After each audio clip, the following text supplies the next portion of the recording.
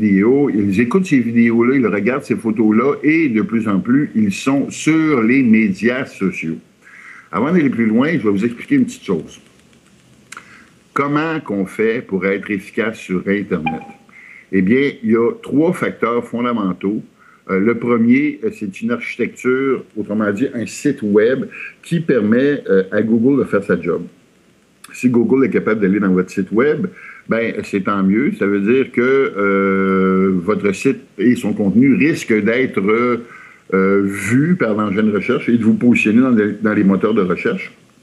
Maintenant, contrairement à ce qu'on croit, le web, c'est un médium de contenu textuel. Donc, plus il y a de texte, mieux c'est. Une des problématiques des entreprises, souvent, c'est que eux, sur le web, ils ont le désavantage de mettre des photos, de mettre des vidéos, de mettre des fichiers audio, de mettre des images. Et tous ces types de contenus-là sont complètement invisibles à Google.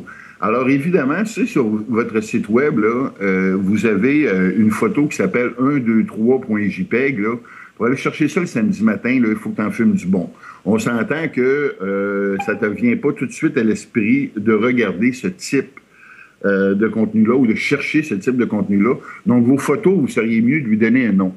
Maintenant, pour les vidéos et pour l'audio, ben, c'est le même problème. Donc, si vous mettez une vidéo en ligne, là, faites donc un petit fichier texte à côté et intitulez ça judicieusement, sous-titré pour malentendants, quand en réalité, ça va être sous-titré pour Google. Et même chose pour l'audio. Ben, l'audio, vous pouvez faire un fichier avec tout ce qui a été dit dans l'audio. Et ce qui est bon aussi, c'est de faire une mise en contexte avant et après les vidéos et les audios, expliquer qui sont dans ces vidéos-là, comment, pourquoi, quelle est la nature du contenu. Ça fait tout du contenu qui va être textuel et qui va être trouvé par les engins de recherche. C'est fondamental.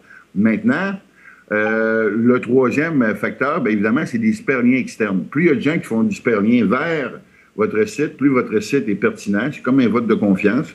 Et évidemment, bien, plus vous avez la confiance des internautes, plus Google juge que vous êtes pertinent et mieux vous sortez dans les engins de recherche.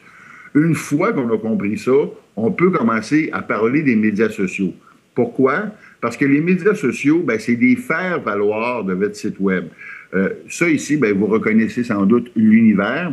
Alors, le soleil, c'est votre présence web. Et les médias sociaux, bien, c'est les planètes qui tournent autour de votre soleil et qui font de vous quelqu'un qui vaut la peine d'être visité. Maintenant, il y a d'autres planètes dans l'univers. Les autres planètes, c'est quoi?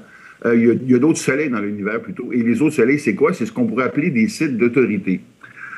Un site d'autorité, pour vous expliquer ça, là, c'est un peu comme, par exemple, si vous étiez un manufacturier d'ordinateurs, les gens ne vont pas chercher votre ordinateur tout de suite dans Internet. Ils vont aller voir des sites comme Protégez-vous, ils vont aller voir des sites comme PC Mag. Qu'est-ce qu'eux disent des ordinateurs, des laptops?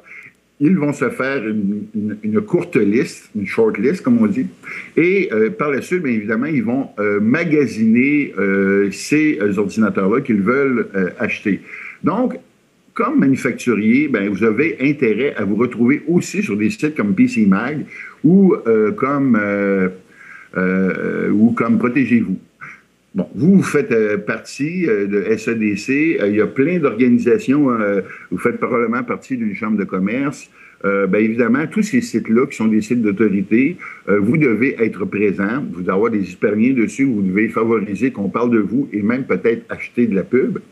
Et bien évidemment, dans chacun des domaines où vous êtes, il y a des sites qui sont plus spécifiques. Par exemple, si vous êtes un pâtissier, ben c'est quoi les grands sites web qui parlent de pâtisserie et auxquels vous avez intérêt à être présent? Ben c'est le genre de questions que vous devez vous poser dans votre démarche de positionnement web. Maintenant, ben si on continue, évidemment, quand on parle des médias sociaux comme tels, il y a une foule de sites qui nous viennent en tête. Ça, ici, ce que vous aviez là, ou ce que vous aviez plutôt, la slide précédente, on va la remettre. Ça, là, c'est une petite vue de certains des médias sociaux. Écoutez, ça représente même pas un dixième de ce qu'il y a comme médias sociaux.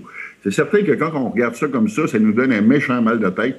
On se dit, ça tue du bon sens. Il y en a-tu des médias sociaux? Et oui, il y en a de toutes les catégories. Quand on regarde ça de cette façon-là, déjà, on se dit, c'est moins pire. Les médias sociaux semblent être nichés géographiquement.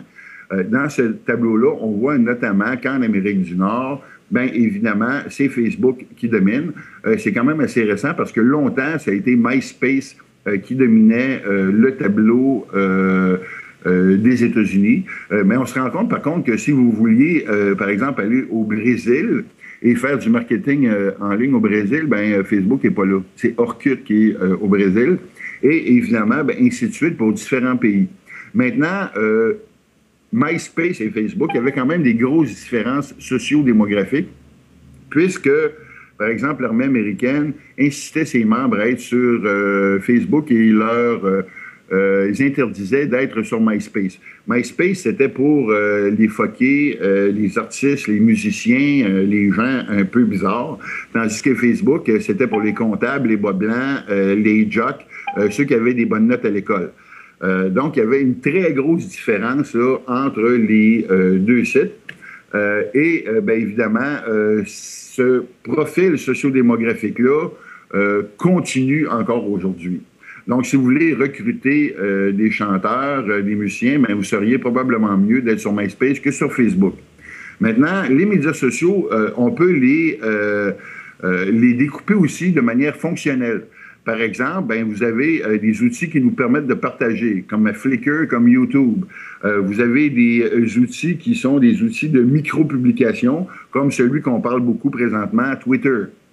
Évidemment, vous avez des réseaux sociaux comme Facebook que vous connaissez bien. Ning, c'est intéressant parce que Ning, vous pouvez vous ouvrir un réseau social fermé pour vos clients, par exemple, pour vos amis, pour vos groupes. Et c'est la même chose que Facebook, mais qui va fonctionner sur invitation et dont vous avez l'entier contrôle. Donc, vous pourriez vous faire un Facebook gratuit entre vous et votre petite gang. Maintenant, ce qui est intéressant, c'est qu'on peut comprendre qu'il y a des médias sociaux qui ont plus un caractère fonctionnel. Et si on prend les réseaux sociaux, les outils de micro-publication, ce sont plus des médias sociaux conversationnels. Donc, ces médias sociaux-là servent à jaser. Et quand on parle de jaser, là, on ne parle pas de jaser de mon entreprise, parce que ça, là, ça tape ses nerfs.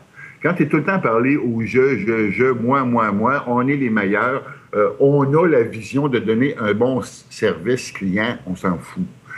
Parler au je, tu, il, nous, vous, il. Parler des autres, parler avec les autres, parler de votre domaine et une fois de temps en temps, vous parlez de vous. Dans ce cas-là, évidemment, ça punche pas mal plus et ça va augmenter très sensiblement les clics qui vont mener vers votre propriété web. Maintenant, si on regarde ça d'un autre aspect, on va regarder, par exemple, Twitter. Bon, mais Twitter, là, il n'y a même pas 2 % de la population du Québec qui est sur Twitter. Vous allez me dire, mais pourquoi je serais sur Twitter? Mais peut-être parce que ce 2 % là est le deuxième groupe le plus influent du web après les médias traditionnels. Donc, sur Twitter, qu'est-ce que vous avez? Vous avez les journalistes, vous avez les super blogueurs, vous avez les faiseurs de tendance, vous avez ceux qui vont influencer la masse. Donc, en tant qu'entrepreneur, ai-je intérêt à influencer ceux qui vont influencer la masse? Oui. Parce que sur Facebook, bien, vous avez tout le monde. Vous avez les matantes, vous avez les jeunes, même que les jeunes commencent à se